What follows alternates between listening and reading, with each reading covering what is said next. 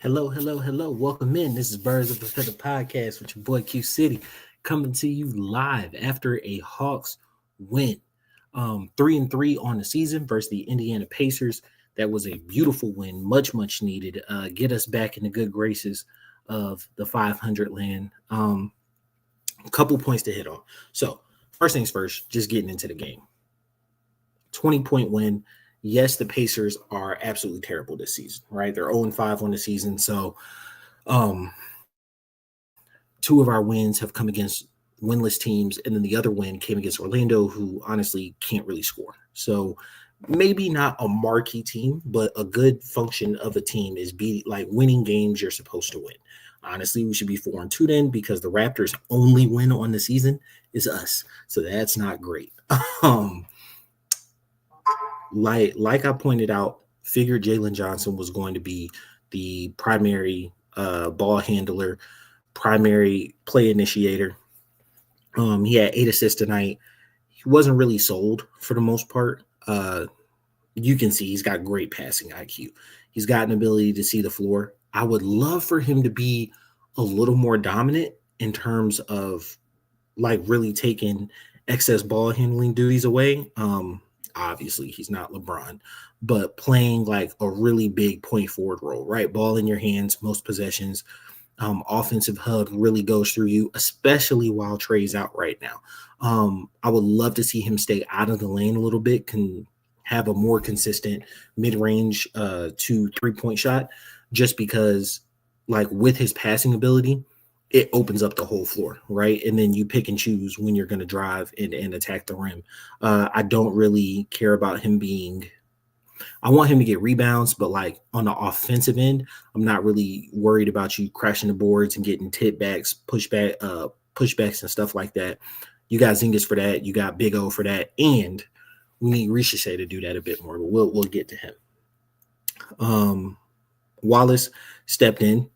Hey, man is a play-in monster. Yeah, not a play-in. He's a group game monster. You know what I'm saying? So this is our first NBA Cup game. We're 1-0. We're in Group Stage A. Love to see it. We're taking the ability for us to really work without Trey right now. And I don't know what's up with Trey. Anytime you start quoting, anytime your knee gets rolled up on and you start quoting Bible verses, is not the best. It's not the best. He supposedly got the MRI. Won't have a true definition of what happened until tomorrow. They were quick to say it was not an ACL injury, but there's tons of other things in the knee. We don't know how long he's going to be out, what this looks like, if he needs surgery. It's a lot of ambiguity. And like, we're one of the few podcasts with Atlanta sports that do Falcons and Hawks.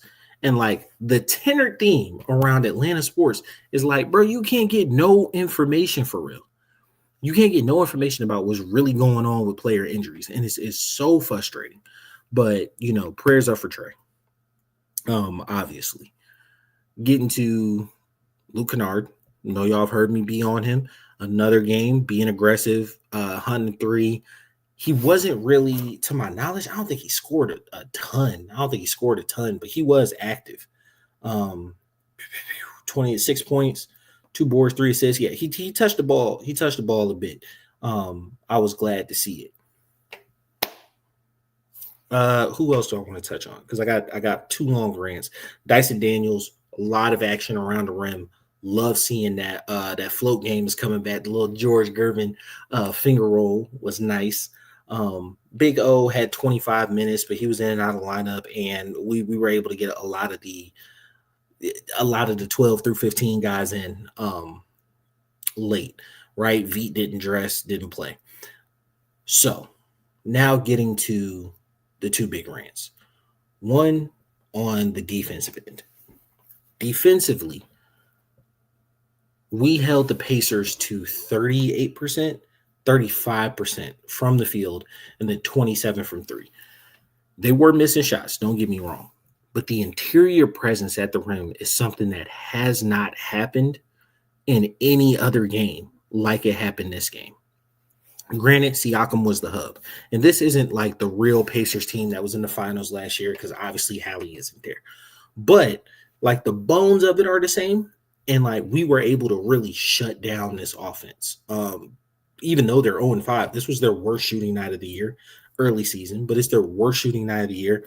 We were able to get a crap load of deflections. Dyson was everywhere tonight. But Dyson was everywhere because that goes into my second point. Riche is struggling. Like, it's 5 games into the season. He had a lot of promise after his rookie year. I'll probably get into this a bit more when I do the Hawks pod. So you guys tune into that one. Obviously, you can I'll package this week's stuff together and drop that. But the full blown Hawks pod will come out tomorrow as well. My bad, should have came out Thursday.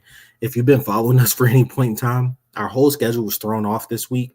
Taj got some stuff going on, so we will be releasing basically all week stuff tomorrow, and then we'll be back on schedule next week. So stick with us. We working through some things, but ultimately,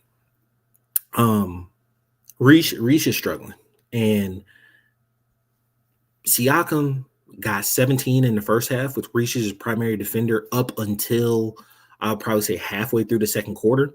Dyson switched on to him and, significantly impacted him a bit, brought his percentages down.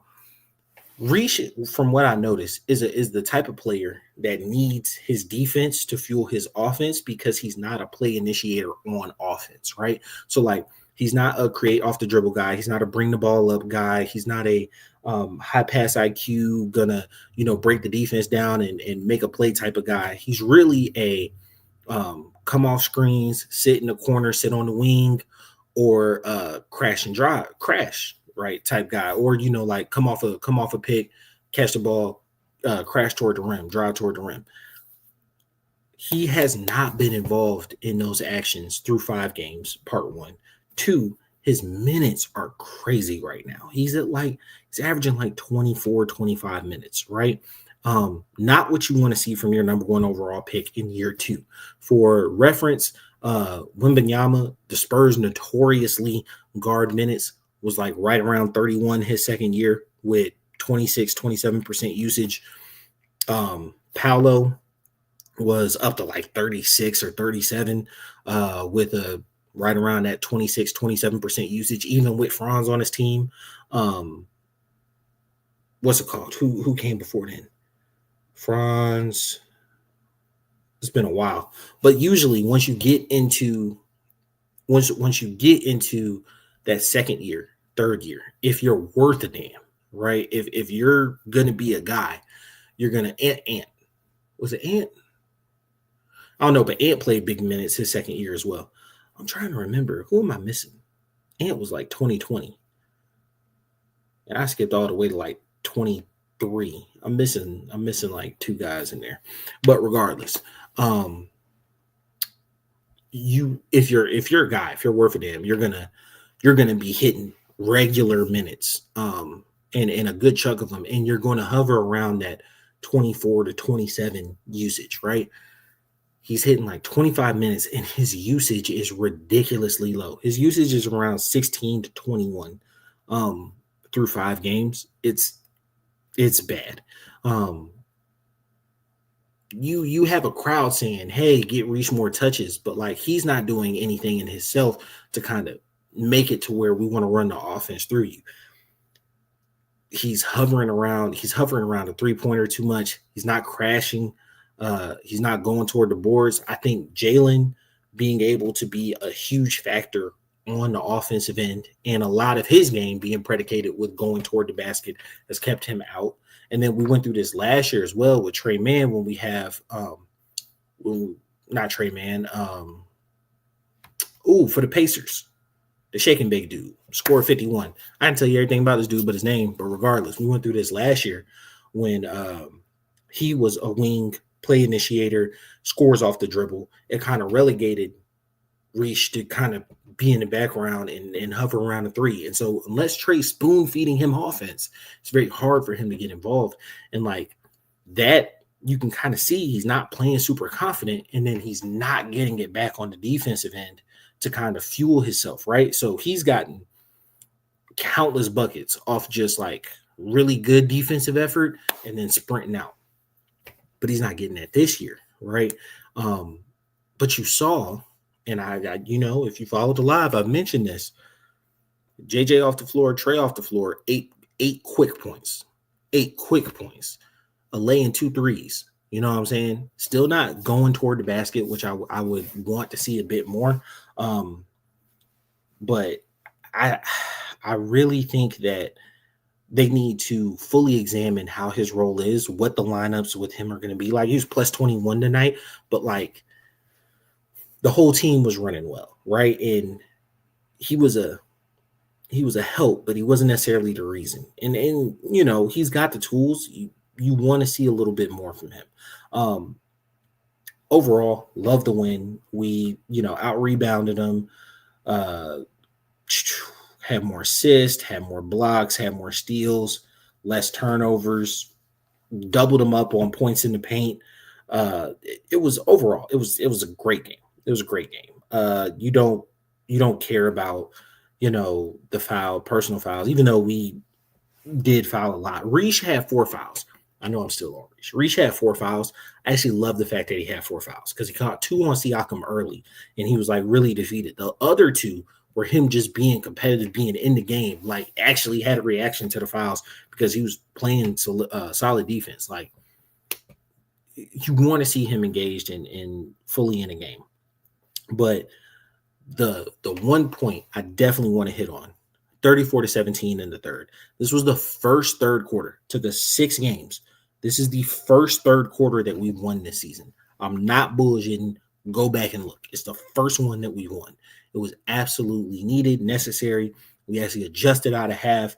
What was it? 63-59 at halftime. Ballooned in the third quarter. This is what we need. We make adjustments. We see what the team is. And especially a team like this, we don't let them stay close. So absolutely happy for it. Love the win. We're 3-3 on the season, 1-0 on group stage. So, excuse me, our next game will be Sunday. Who are we playing? Cavs. Yep. Sunday at the Cavs. So I'll see you then. Like I said, live after every game. Check out for the Hawks pods for the week. We'll have the betting pod. We'll have the Falcons pod on a little later. I appreciate you guys. We love you. It's your boy Q City, and I'm out. Oh, my bad. Follow us on all social media platforms at BOAF Media. Hit that button so you know when we go live. It's been your boy Q City. I'm out. Peace.